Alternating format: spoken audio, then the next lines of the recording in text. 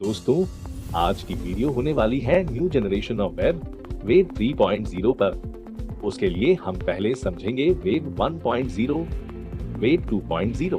Centralisation web 2.0 में कौन सी कमियां हैं जिसके कारण वेब 3.0 की जरूरत पड़ी। वेब 3.0 किस टेक्नोलॉजी पर बेस्ड है और ब्लॉकचेन क्या है। अभी तक आपने चैनल को सब्सक्राइब नहीं किया तो चैनल को सब्सक्राइब करें और बेल आइकन को प्रेस करें। So let's begin. पहले समझते हैं वेब क्या है। वेब एक इंटरनेट पर चलने वाला इंफॉर्मेशन या वेबसाइट्स का नेटवर्क है जिसको आप URL के थ्रू एक्सेस कर सकते हैं। अब यह सिस्टम कैसे वर्क करती है ये समझते हैं। वेबसाइट ओनर अपनी वेबसाइट किसी सर्वर पर स्टोर करता है। जो भी यूजर उसको एक्सेस करना चाहता है वह सर्वर को रिक्वेस्ट भेजता है और सर्वर वह इंफॉर्मेशन यूजर को ट्रांसफर करता है। वेब 1.0 जो एक्सपेरिमेंट्स के बाद 90s में पब्लिक यूज में आया, उसमें सारी स्टैटिक इंफॉर्मेशन यानी फिक्स्ड इंफॉर्मेशन होती थी। ओनर अपनी इंफॉर्मेशन टेक्स्ट के फॉर्म में HTML की मदद से सर्वर पर डालता था और यूजर वह इंफॉर्मेशन सिर्फ पढ़ने का काम करता था। किसी भी प्रकार का इंटरेक्शन यहाँ पर नहीं था। यूजर अपना ओपिनियन या कमेंट नहीं दे सकता था। ये सिर्फ रीड ओनली पेजेस थे।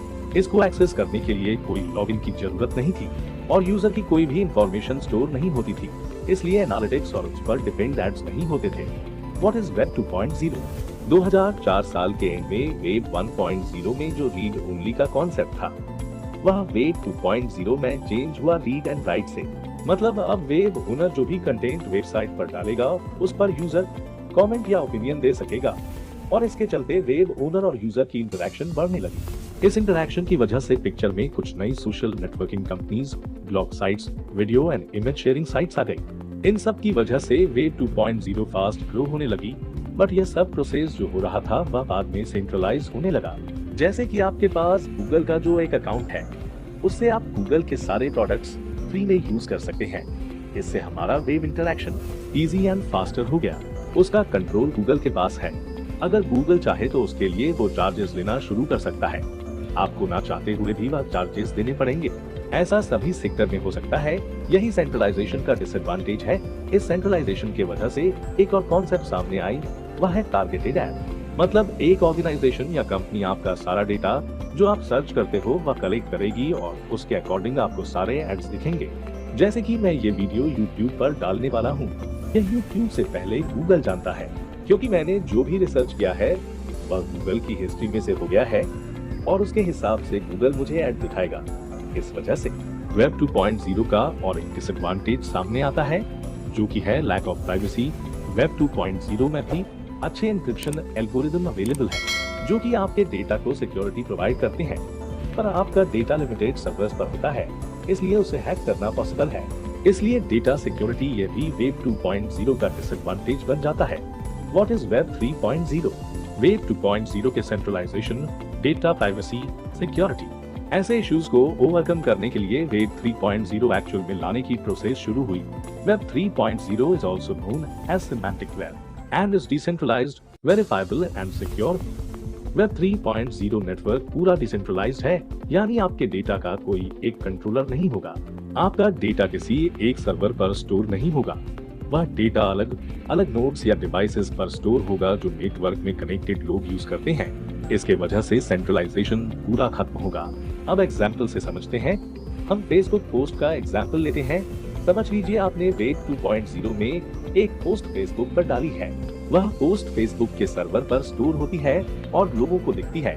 बट अगर फेसबुक चाहे तो आपकी पोस्ट डिलीट कर सकता है क्योंकि कंट्रोल उसके पास है।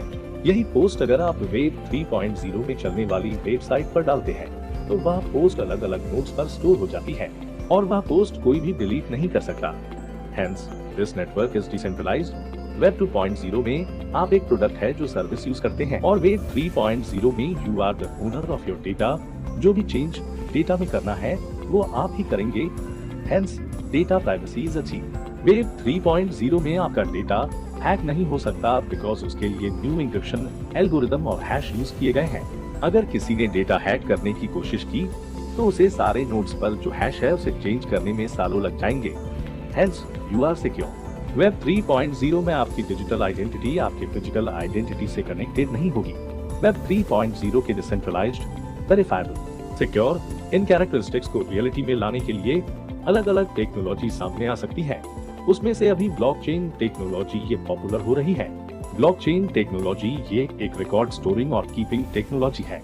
इसमें आपकी इंफॉर्मेशन एक ब्लॉक में स्टोर होती है जिसमें करंट हैश और प्रीवियस हैश होता है और उसकी चेन क्रिएट होती है। क्रिप्टो करेंसीज ब्लॉकचेन पर ही बेस्ड है। अब सारा वेब 3.0 बैंकिंग सिस्टम के एग्जाम्पल से समझते हैं। वेब 2.0 में आपको मनी ट्रांसफर करना है पर्सन 1 टू पर्सन 2, तो बीच में इंटरमीडिएटरी बैंक होता है। इसकी वजह से आपका ट्रांजैक्शन कभी फेल भी हो सकता है।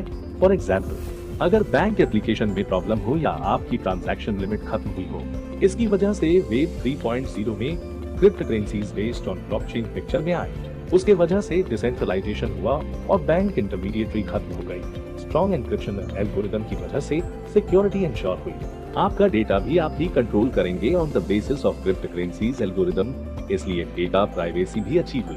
ये हमारे तरफ से वेब 3.0 का एक ओवरव्यू था। हम आने वाली वीडियोस में आपको ब्लॉकचेन, क्रिप्टो करेंसीज के बारे में भी बताएंगे। अगर आप चैनल पर नए हैं तो ऐसी इंफॉर्मेटिव एंड स्किल बेस्ड